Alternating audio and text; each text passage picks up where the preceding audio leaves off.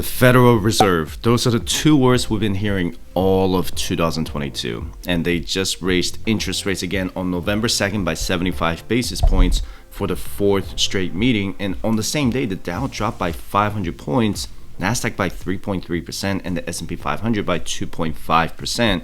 The stock market again panicked because Jerome Powell, it's kind of weird, the chairman of the Federal Reserve, reiterated the central bank's commitment to raising interest rates further to combat inflation, which is set at a 40-year high. We all know that. But it just kind of seems like he's trying to bring the prices down in the stock market. He doesn't want to see a rally. That's just my opinion. What Wall Street was really hoping to see is that the Fed slow down the interest rate increase in December and the next quarter. But based on what he said in the press briefing, I don't think that's going to be the case if the inflation rate continues to increase or if the rate doesn't decrease at a rapid rate. He stated that, and I quote, "It is very premature in my view to think about or be talking about pausing our rate hikes." People in the FIRE community expected the Fed to raise interest rates another 75 basis points for the month of November. The central bank's policy rate, or the Fed fund rate, is now between 3.75% and 4%, which is at the highest level since 2008. And we all know what happened back in 2008. That was the global recession. Jerome Powell even stated that interest rates may need to raise above the 4.6% previously estimated. So what does this mean to us average Joes and Jills on the FIRE journey? It means that the interest rates for credit cards, mortgages, student loans, personal loans, and car loans will continue to increase if you haven't locked in the fixed rates already. All right, so it's going to be much more expensive to borrow money as of right now, and probably going into 2023. This is especially going to affect people with debt that has variable interest rates. So a variable rate loan is a type of loan where the interest rates change based on the market interest rates, right? Your credit card lenders, for example, usually follow a financial index like the federal lending rate, and the banks need to make their profits, okay? So, and they do that by creating a spread with the federal funds target rate. So if you're trying to figure out how to calculate the variable interest rates, it's usually the Fed fund rate plus the prime rate plus the bank spread, okay? If the Fed fund rate is at 4%, then the prime rate is going to be around 8 or 9%. And depending on the spread, if your loan is on a fixed interest rate, then you're going to pay the rate locked in at the time you sign for the loan. So if you signed for a mortgage last year for 3%, it's not going to affect you. But if you are signing for a mortgage rate at 7%, that's how much you're going to pay from now on. But if you're on a credit card debt, you might have been paying 15% last year, but now you might be paying 25%, right? And speaking of mortgages, people are also getting out of the housing market at a rapid rate because they may have locked in a rate last year at 3% to build a house, like I said earlier, but because of the labor and supply shortages, those houses are getting finished much later than expected. And now they have to reapply for a mortgage at today's rates. So, and today they're getting like quoted for 7% or even higher. And if I locked in, let's say a $400,000 mortgage to build a house last year in 2021, the 30-year fixed rate P&I payment would have been around $1,700 a month. However, if I got a mortgage now at 7% with the same price of $400,000, then my mortgage payment will be about $2,700 a month. And that's just the P&I. To put this from a different perspective, if my monthly take-home income was $7,000 a month, that $1,700 mortgage payment will be around 25% of my take-home income, okay? But if my original mortgage rate expires and I get a 7% rate, then the $2,700 P&I payment will be around 39% of my take-home income. And I don't blame homebuyers for getting out of the contract right now. And I would probably rather lose my earnest money with the home builder than pay almost 40% of my income toward the mortgage, right? This is what the Federal Reserve wants, is in order to reduce the overall inflation rate from 8% to 3%, they want to reduce the demand, right?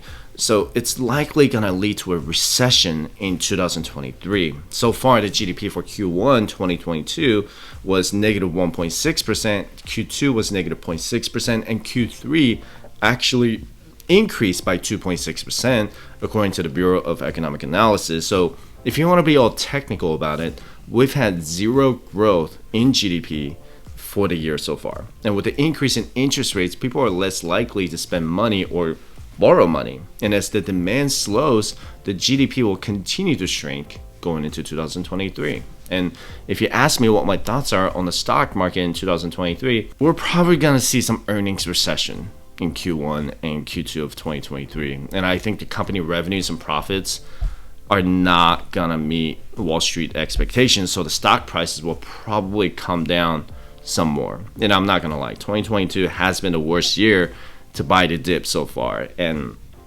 I'm still buying the dip because I believe in the long-term growth. And that's why I want you to get my financial independence resources for free by visiting firesightchat.com/contact. The consumer spending is still growing, and it's concerning the Federal Reserve. Jerome Powell is looking to tighten the monetary policy, and he even said that the path to a soft landing is becoming narrower by the day. So what am I doing about it with the latest monetary policy? I talked about how I'm not buying any homes in 2022, and I'll put that video link in the description below. While the interest rates continue to increase, I would like to see the home prices come down more before I even consider buying any rental properties. I'm pretty bearish on the housing market going into 2023 and possibly going into 2024. The stock market, on the other hand, I'm going to continue to buy stocks, ETFs, and index funds, and they're trading at a value that I haven't seen in so many years. Let me pull out my stock chart for a second here. The tech stocks are getting hit pretty hard, and looking at the FANG stocks, or the former Facebook, or now it's Meta, is down over 73% year to date. Apple is down 20%, Amazon is down 46%, Netflix is down 54%, and Google is down over 40%. And if you watch my other videos, I've been buying Google and Meta heavily for the past 6 months. I'm probably going to start buying Amazon and Apple as their valuations continue to decrease over the next several months. If I just want to buy these tech stocks, though, I might even look at buying Vanguard Information Technology ETF, or ticker symbol VGT, which is down over 30% year to date. And this ETF invests in like 370 stocks that primarily focus on things like software, hardware, data processing, semiconductors, and other technologies. And please keep in mind that none of this is financial advice. It's just what I'm doing to achieve my financial independence, right? What's even more interesting to me is that these small and medium cap stocks are trading at such low values. So I'm going to start getting into stocks like Palantir, PayPal, and Shopify. My overall portfolio is still in index funds and ETFs. Those are my majority of the stock portfolio, like the total stock market index fund and the S&P 500 index fund. I'm not a big individual stock investor, but I'll still put about 30 or maybe 35% of my portfolio into individual stocks that are severely undervalued, and they have to have high potential growth, right? So I've been buying PayPal, but I still need to do some research on Shopify and Palantir. Those are the things that I still need to go into reading about what their potential growth is looking like, what their business model is, what's their cash flow, revenue, and all that stuff. But you should never invest in something that you don't understand, right?